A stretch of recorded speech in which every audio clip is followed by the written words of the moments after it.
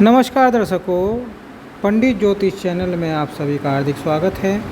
आज मैं आपको कुल के कुल तारने वाला व्रत निर्जला एकादशी व्रत, जिसको भीमसेनी एकादशी भी कहते हैं, का महात्म्य, कैसे व्रत रखना चाहिए, विधि विधान एवं व्रत कथा सुनाने जा रहा हूँ।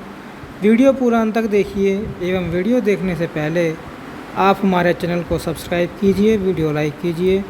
व्हाट्सएप, फेसबुक, इंस्टाग्राम एवं सभी प्रकार की सोशल नेटवर्किंग साइट्स पर हमारे वीडियो को अधिक से अधिक शेयर भी कीजिए और साथ ही सब्सक्राइब बटन के बराबर में जो बेल आइकन है उसको भी दबाकर ऑल नोटिफिकेशंस को ऑन कर लीजिए, जिससे कि सनातन धर्म से संबंधित सभी प्रकार की जानकारी एवं वीडियो आपको मुफ्त में एवं समय से प्राप्त हो सके।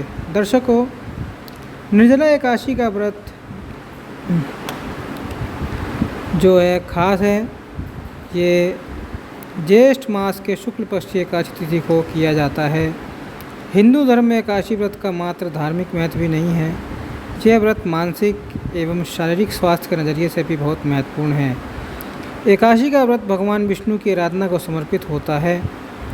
इस एकादशी का व्रत करके श्रद्धा और सामर्थ्य के अनुसार दान करना चाहिए। इस दिन विधि पूर्वक जल कलश का दान करने वालों को पूरे साल की एकादशियों का फल मिलता है। इस प्रकार जो इस पवित्र एकादशी का व्रत करता है वह समस्त पापों से मुक्त हो जाता है। एकादशी व्रत का इतिहास। एक बार बहुभोजी भीमसेन ने व्यास जी के मुख से प्रत्येक एकादशी को निराहार रहने का नियम सुनकर विनम्र भाव से निवेदन किया कि महाराज, मुझसे कोई व्रत नहीं किया जाता, दिन भर बड़ी तीव्र क्षुधा बनी ही रहती है, अतः आप कोई ऐसा उपाय बतला दीजिए जिसके प्रभाव से स्वतः सद्गति हो जाए। तब व्यास जी ने कहा कि तुमसे वर्ष भर की संपूर्ण एकादशी नहीं हो सकती, तो केवल एक निर्जला ही एकादशी कर लो, इसी से साल भर की एकादशी करने के समान फल हो जाएगा। तब भीमसेन ने वैसा ही किया और स्वर्ग को गए। इसलिए यह एकादशी भीमसेनी एकादशी के नाम से भी जानी जाती है। निर्जला एकादशी का महत्व। निर्जला यानी यह व्रत बिना जल ग्रहण किए, बिना पानी पिए और उपवास रखकर बिना खाए पिए किया जाता है। इसलिए यह व्रत बहुत कठिन है, तप और साधना के समान महत्व रखता है। हिंदू पंचांग के अनुसार वृषभ और मिथुन संक्रांति के बीच शुक्ल पक्ष की एकादशी निर्जला एकादशी कहलाती है। इस व्रत को भीमसेन एकादशी या पांडव एकादशी के नाम से भी जाना जाता है।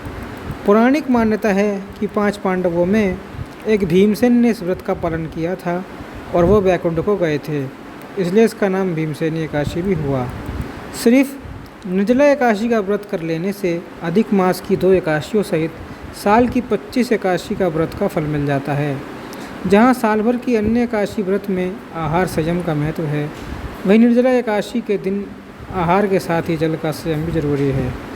इस व्रत में जल ग्रहण नहीं किया जाता है, यानी निर्जल रहकर व्रत का पालन किया जाता है। यह व्रत मन को संयम सिखाता है और शरीर को नई ऊर्जा देता है। यह व्रत पुरुष और महिलाओं दोनों द्वारा किया जाता है।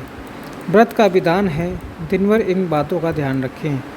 पवित्रकरण के समय जल आचमन के अलावा अगले दिन सूर्योदय तक पानी नहीं पिएं। दिन भर कम बोलें और हो सके तो मौन रहने की कोशिश करें। दिन भर ना सोए, ब्रह्मचार्य का पालन करें, झूठ ना बोले, गुस्सा विवाद ना करें इत्यादि। अब हम एकादशी व्रत की बात करते हैं। व्रत कथा इस प्रकार है। जब वेद व्यास जी ने पांडवों को चारों पुरुषार्थ धर्म, अर्थ, काम और मोक्ष देने वाले एकादशी व्रत का संकल्प कराया था, तब युधिष्ठिर ने कहा, जनार्दन, ज्येष्ठ मास के शुक्ल पक्ष में जो एकादशी पड़ती है वो कृपया उसका वर्णन कीजिए। भगवान श्री कृष्ण ने कहा, हे राजन, इसका वर्णन परम धर्मात्मा व्यास जी करेंगे, क्योंकि ये संपूर्ण शास्त्रों के तत्वज्ञ और वेद वेदांगों के पारंगत विद्वान हैं। तब वेद व्यास जी कहने लगे, कृष्ण और शुक्ल पक्ष की एकादशी में अन्न खाना वर्जित है। द्वादशी को स्नान करके पवित्र होकर फूलों से भगवान केशव की पूजा करें, फिर पहले ब्राह्मणों को भोजन देकर अंत में स्वयं भोजन करें। यह सुनकर भीमसेन बोले, परम बुद्धिमान पितामह, मेरी उत्तम बात सुनिए। राजा युधिष्ठिर, माता कुंती, द्रौपदी, अर्जुन, नकुल और सहदेव ये एकादशी को कभी भोजन नहीं करते तथा मुझसे भी हमेशा यही कहते हैं कि भीमसेन एकादशी को तुम भी ना खाया करो। परंतु मैं उन लोगों से यही कहता हूँ कि मुझसे भूख नहीं सही जाएगी। भीमसेन की बात सुनकर व्यास जी ने कहा, यदि तुम नरक को दूषित समझते हो और तुम्हें स्वर्गलोक की प्राप्ति अभिष्ट है और तो दोनों पक्षों की एकादशियों के दिन भोजन नहीं करना चाहिए। भीमसेन बोले, महाबुद्धिमान पितामह, मैं आपके सामने सच कहता हूँ, मुझसे एक बार भोजन करके भी व्रत नहीं किया जा सकता, तो फिर उपवास करके मैं कैसे रह सकता हूँ। मेरे उदर में वृक्क नामक अग्नि सदा प्रज्वलित रहती है, अतः जब मैं बहुत अधिक खाता हूँ तभी वह शांत होती है। इसलिए महामुनि, मैं पूरे वर्ष भर में केवल एक ही उपवास कर सकता हूँ जिससे स्वर्ग की प्राप्ति सुलभ हो तथा जिसके करने से मैं कल्याण का भागी हो सकूँ।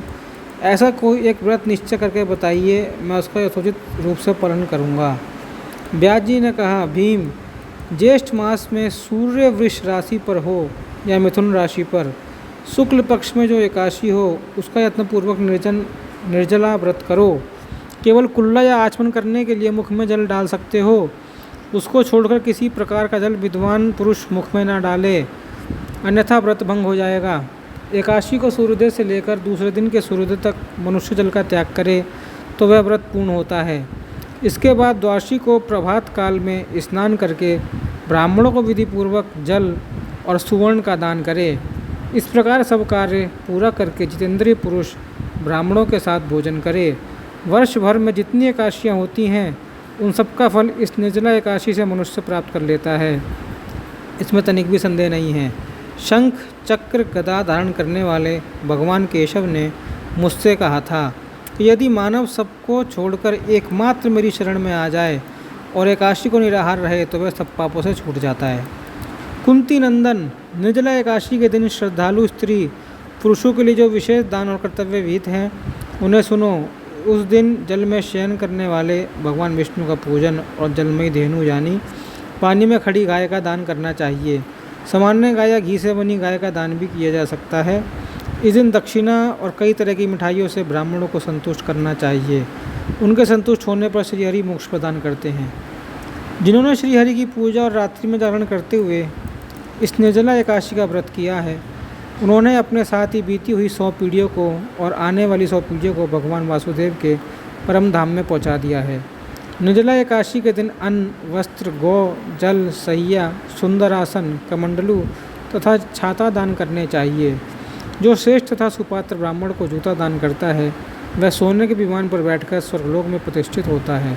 जो इस एकादशी की महिमा का भक्तिपूर्वक सुनता तथा उसका वर्णन करता है वह स्वर्गलोक में जाता है।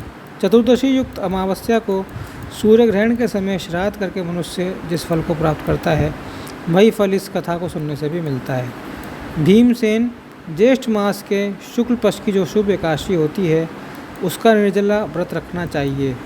उस दिन शेष ब्राह्मणों को शक्कर के साथ जल के घोड़े दान करने चाहिए। ऐसा करने से मनुष्य भगवान विष्णु के समीप पहुंचकर आनंद का अनुभव करता है। इसके बाद द्वादशी को ब्राह्मण भोजन कराने के बाद स्वयं भोजन करे। जो इस प्रकार पूर्ण रूप से पाप नाशनी एकादशी का व्रत करता है वह सब पापों से मुक्त हो आनंदमय पद को प्राप्त होता है। यह सुनकर भीमसेन ने भी शुभ एकादशी का व्रत आरंभ कर दिया। इस प्रकार निर्जला एकादशी व्रत कथा संपूर्ण हुई। ओम नमो नारायणाय। ओम नमो भगवते वासुदेवाय।